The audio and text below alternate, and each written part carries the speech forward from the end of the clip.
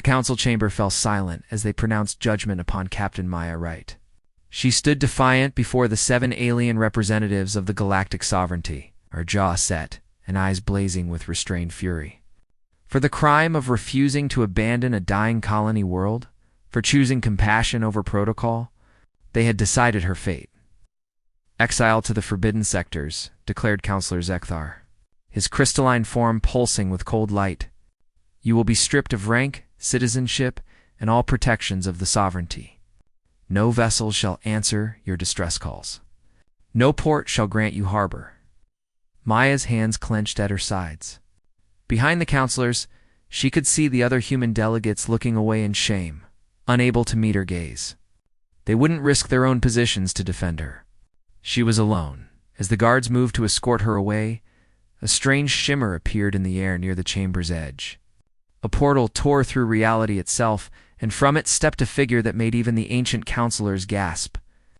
She was tall and impossibly graceful, with silver hair that seemed to hold starlight within its strands and eyes that burned with violet fire. Her armor was crafted from materials no one in the chamber could identify, seamlessly blending technology and what could only be called magic.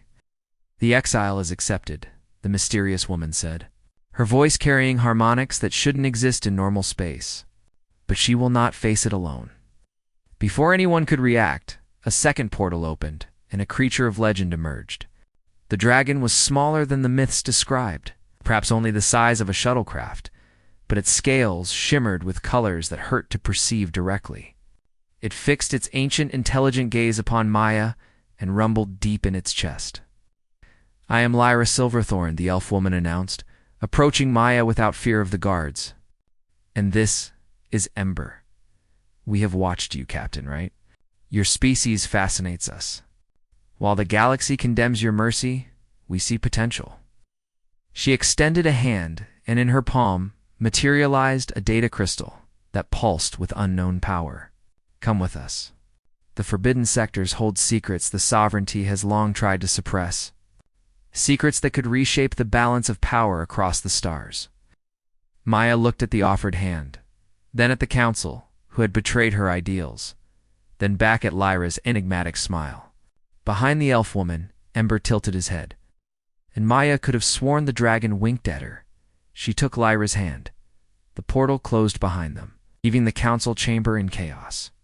The forbidden sectors were well named. Maya had studied the restricted star charts before her trial, memorizing what little information the sovereignty allowed to exist about these regions: stellar anomalies, failed colonies, ships that vanished without trace. The official reason for the quarantine was environmental instability. But standing on the command deck of Lyra's impossible ship, watching stars bend in ways that violated known physics, Maya suspected the truth was far more complex. "The sovereignty fears knowledge," Lyra explained, her fingers dancing across controls that seemed to respond to thought as much as touch. "Millennia ago, before they unified the galaxy under their precious laws, this region housed the architects, the builders of wonders. The sovereignty destroyed them and buried their works." Maya gripped the railing as the ship dropped out of whatever passed for faster-than-light travel in this strange vessel. Before them hung a megastructure that defied comprehension. A ring world, but wrong somehow. It phased in and out of normal space, and Maya's instruments showed it existing in multiple dimensions simultaneously. "What is this place?" "Your new home," Lyra replied. "The first of many. The architects left behind more than ruins. Captain M. They left behind the tools to build empires." Over the following weeks, Maya learned the truth. The forbidden sectors weren't empty. They were inhabited by refugees and exiles like herself. Humans who had fled sovereignty, persecution, alien species deemed primitive and marked for extermination. And scattered among them, the remnants of the architect's incredible technology, Ember proved to be far more than a simple pet. The dragon possessed intelligence that rivaled the most advanced AI, and abilities that blurred the line between science and sorcery. He could phase through solid matter, generate plasma hot enough to melt starship hulls, and somehow communicate complex ideas directly into Maya's mind through what Lyra called resonance. He likes you, Lyra said one evening as they watched Ember play in the void of space. Weaving through debris fields like they were toys, dragons choose their companions carefully. He sees something in you worth protecting. Why are you doing this? Maya finally asked. Why help me? Why show me all this? Lyra's expression grew distant. Because the sovereignty destroyed my people too. The elves once spanned 1,000 worlds, Maya. We mastered the fusion of magic and technology. We were beautiful and terrible and free. Her hand touched a scar on her neck that Maya had noticed before, but never questioned. Then the sovereignty declared us too dangerous, too unpredictable. We refused to submit to their conformity. How many survived? I am the last. Lyra's violet eyes met Maya's. But you humans, you're still young, still numerous, still fierce. The sovereignty fears you almost as much as they once feared us. So I'm going to teach you what they tried to erase from history. I'm going to help you build something that will make them remember why fear can be wise. Maya looked out at the impossible structure before them. At the dragon dancing among the stars. At the elf woman who had saved her from a fate worse than death. She thought of the colony she'd tried to save. The grateful faces of the people she'd evacuated against orders. Of the cowardly delegates who had abandoned her to exile. When do we start? Lyra smiled, and for the first time, it reached her eyes. We already have. 6 months after her exile, Maya Wright stood in what had once been a dead city and watched it come alive. The architect technology responded to human, neural patterns in ways Lyra claimed were unprecedented. The ancient systems had lain dormant for millennia, yet when Maya's people touched the crystalline interfaces, entire manufacturing complexes hummed to life. Production facilities that could fabricate materials atom by atom, energy collectors that drew power from quantum foam itself, weapons that could fold space or unravel molecular bonds. It's like it was waiting for us, said Kate Morgan, Maya's first recruit. She was a former engineer who'd been exiled for refusing to weaponize civilian infrastructure. Now she stood in a control center that managed a factory complex the size of a small moon. The learning curve should be impossible, but I understand. Maya knew what she meant. When she interfaced with the architect systems, knowledge flooded her mind. Not in words or images, but in pure comprehension. She understood principles of physics the sovereignty kept classified. She could visualize technologies that shouldn't exist. Lyra watched from the shadows. Ember coiled protectively beside her. The architects designed their legacy to be inherited, the elf explained. They knew they would fall. So they built their knowledge into the very fabric of their creations. Every tool teaches its user. Every machine educates its operator. The exodus had begun small. Maya had sent encoded messages into human space, targeting those she knew shared her ideals. Exiles and dissidents. Scientists silenced for asking dangerous questions. Soldiers court-martialed for showing mercy. One by one, they came through the same hidden routes Lyra knew. Drawn by promises of freedom and purpose. Now they numbered in the thousands. 3 colony sites established. 7 ships reconstructed from architect blueprints. And growing faster each day. But it wasn't without cost. Commander Wright, said Helen Park, the intelligence specialist who'd defected from Sovereignty Naval Intelligence. We've detected scout ships at the sector boundary. They're testing our response times. Maya studied the tactical display. The Sovereignty wasn't stupid. They'd noticed the decreased exile survival rate. They'd detected the energy signatures from the architect facilities. They were probing, searching for weakness. They can't be allowed to report back our true strength, Lyra said quietly. Not yet. We need more time. Maya felt the weight of command settle on her shoulders. In the Sovereignty, she'd hesitated to fire first. Protocol had been sacred. But this wasn't the Sovereignty anymore. Ember, she called, and the dragon raised his magnificent head. Over the months, they developed an understanding that went beyond words. She could feel his eagerness, his protective fury at the thought of threats to their growing sanctuary. Show them the cost of curiosity, Maya ordered. The dragon launched himself into space with a roar that shouldn't have carried in vacuum, but did anyway. Reality itself vibrating with his power. Lyra's ship followed, its weapons coming online. And for the first time, Maya Wright gave the order to fire with the full weight of architect technology behind her. The scout ships never made it back to sovereignty space. In the aftermath, as her people celebrated their first victory, Maya stood alone on the observation deck and wondered what she was becoming. Lyra appeared beside her, silent as always. Having doubts? The elf asked. I became an exile for showing mercy. Now I'm ordering executions. You're showing a different kind of mercy, Lyra replied. Those scouts would have reported our location. The sovereignty would have sent a fleet. Thousands of your people would have died. Sometimes mercy to the many requires harshness to the few. It's a lesson my people learned too late. Maya watched Ember return, his scales still glowing with expended energy. We're building something dangerous, aren't we? We're building something necessary, Lyra corrected. The sovereignty has ruled through fear and suppression for 10,000 years. They've stifled innovation, crushed independence, and erased entire civilizations for the crime of being different. Someone needs to show the galaxy there's another way. And if we become like them in the process... Lyra's hand found Maya's shoulder. Then I'll stop you. That's why I'm here. To ensure the cure doesn't become worse than the disease. Her violet eyes blazed with ancient determination. But I don't think you will. You humans have something my people lost. You remember how to hope. How to dream of better tomorrows. Don't lose that, Maya, no matter what's coming. Maya nodded slowly and looked out at the growing empire taking shape in the darkness of the forbidden sectors. Ships under construction. Stations coming online. People who believed in her vision of a free humanity. The sovereignty had exiled her. Thinking they were removing a problem, they had no idea they'd planted the seed of revolution. The attack came from a direction Maya hadn't anticipated. Within. We have sabotage in the primary manufacturing core.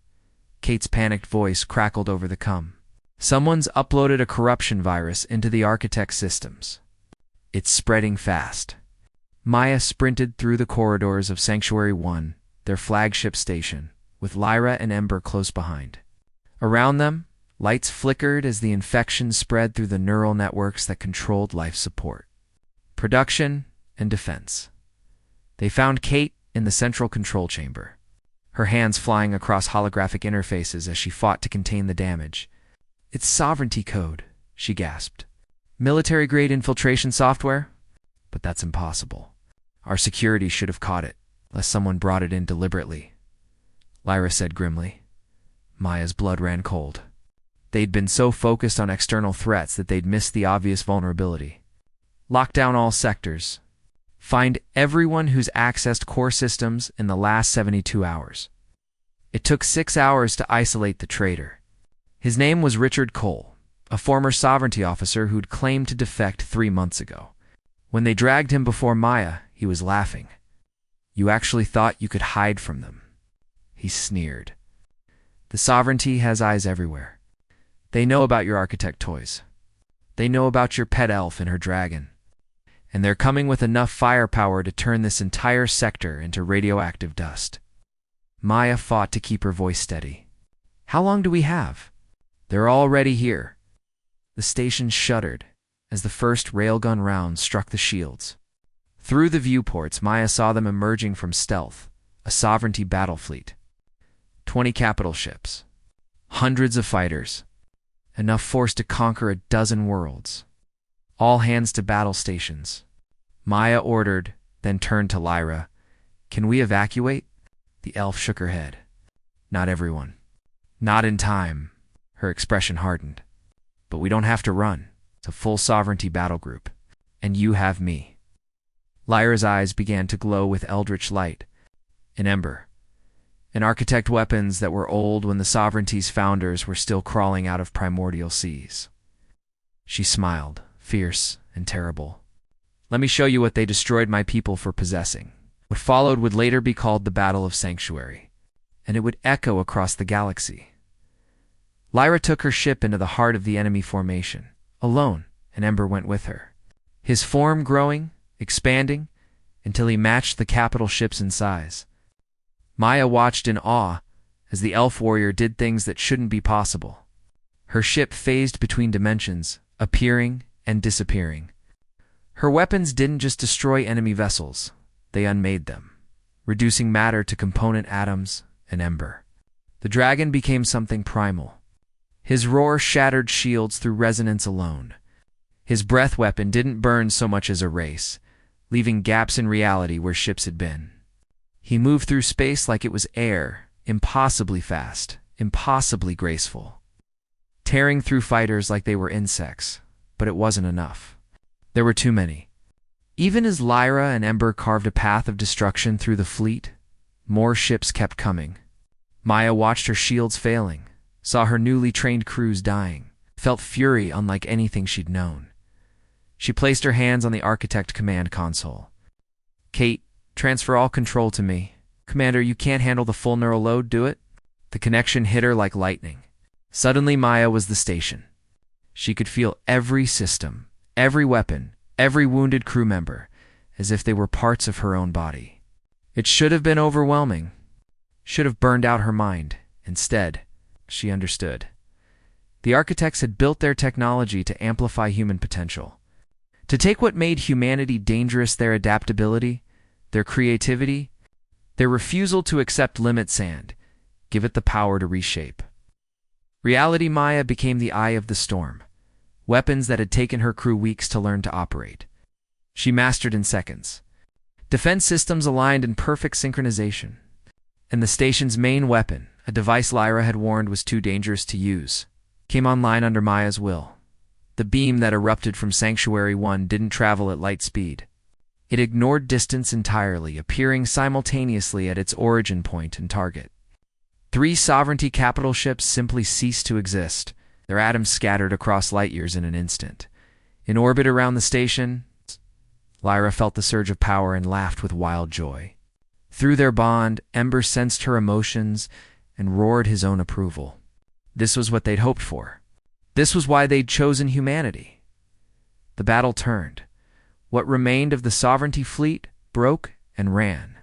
Of the 20 ships that had arrived, only 4 limped away to hyperspace. The forbidden sectors had proven forbidden indeed. In the aftermath, Maya collapsed from the neural strain. She woke in the medical bay to find Lyra sitting beside her bed, with Ember's massive head resting on the elf's lap like an oversized cat. "How many did we lose?" Maya asked. 73 crew members, Lyra replied quietly. "But you saved thousands. The sovereignty came to exterminate us. Instead, you showed them why exiling you was their greatest mistake." Maya closed her eyes. 73 souls. Each one, a person who'd trusted her vision, who'd believed in freedom enough to risk everything.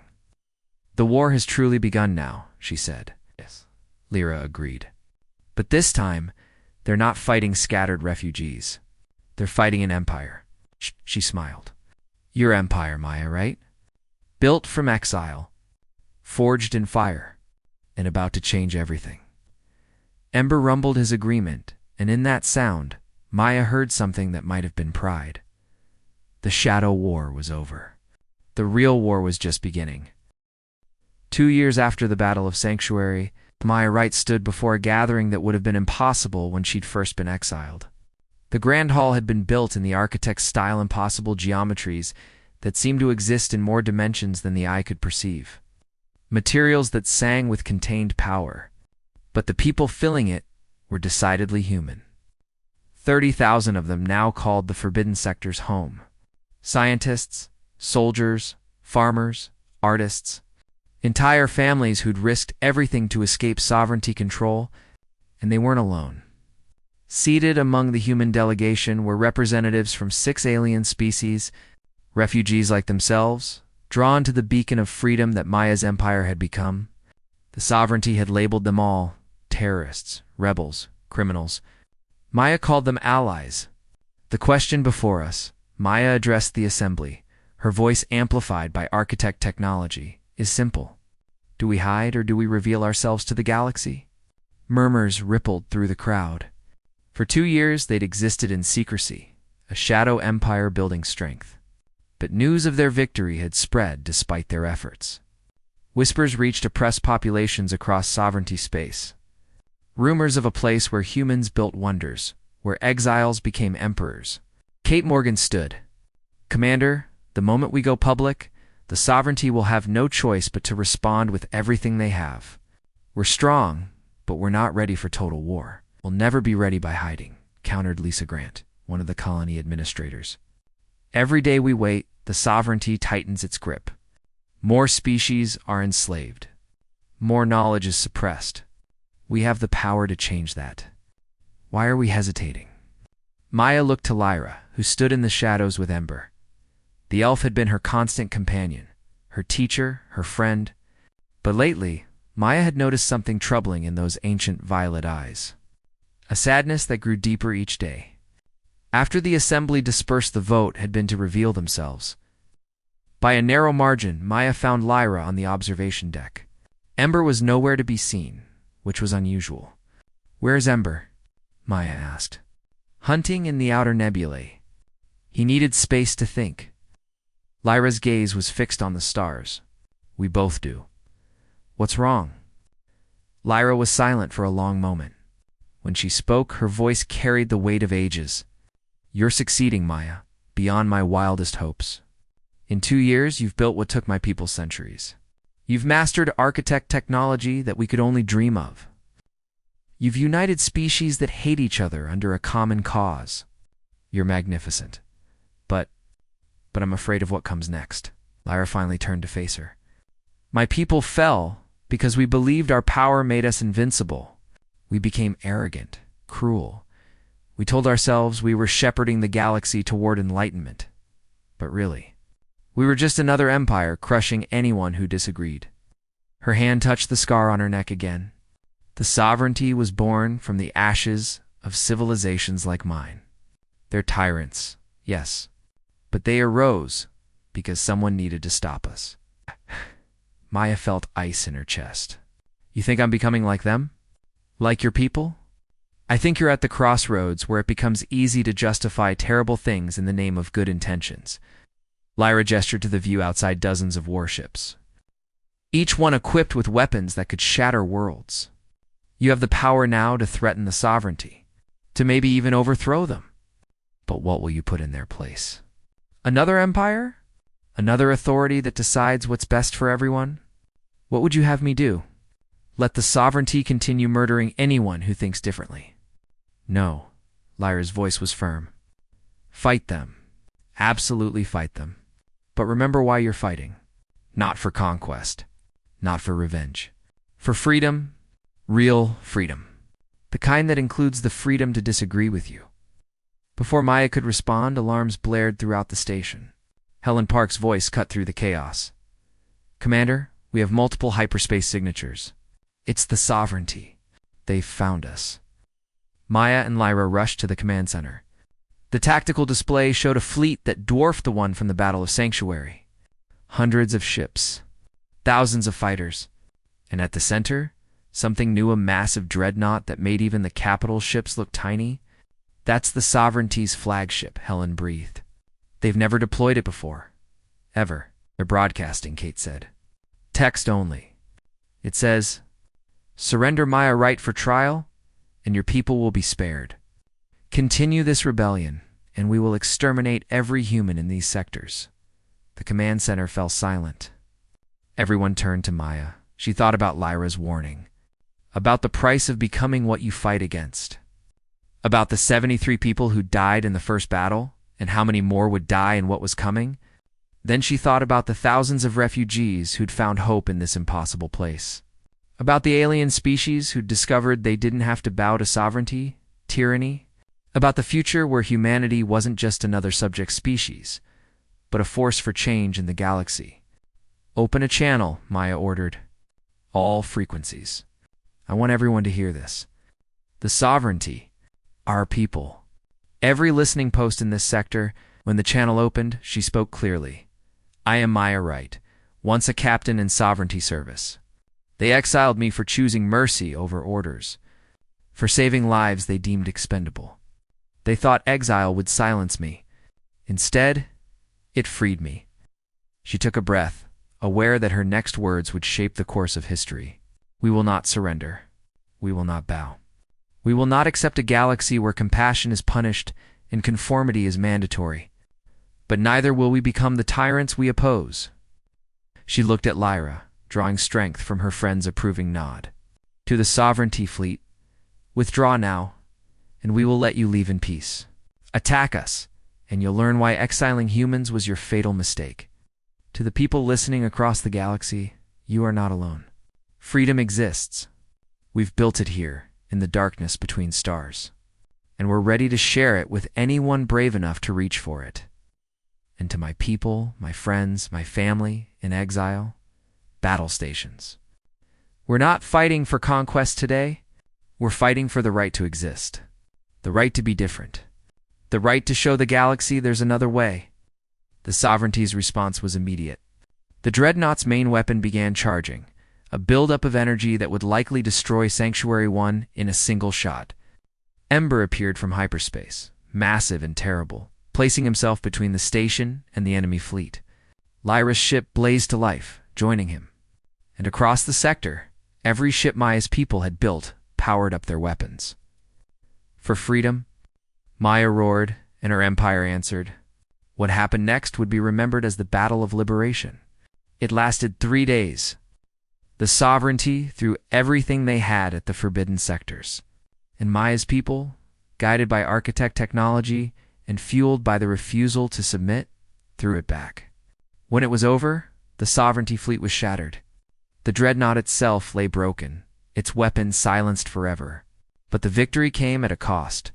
Half of Maya's ships were destroyed. Sanctuary 1 was heavily damaged. And Ember? The dragon had placed himself in the path of the Dreadnought's main weapon. His incredible power had absorbed most of the blast, saving the station. But even his ancient strength had limits. Maya found him in the aftermath, his scales cracked and dimming.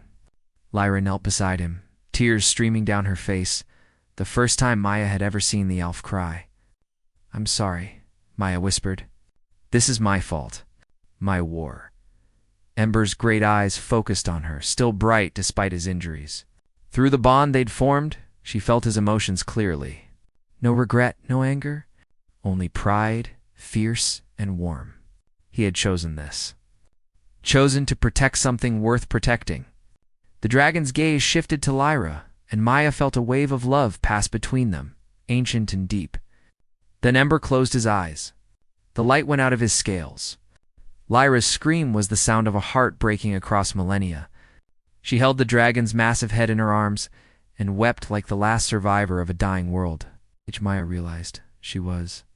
In the days that followed, the galaxy learned what had happened in the forbidden sectors. The Sovereignty tried to suppress the news, but it spread anyway.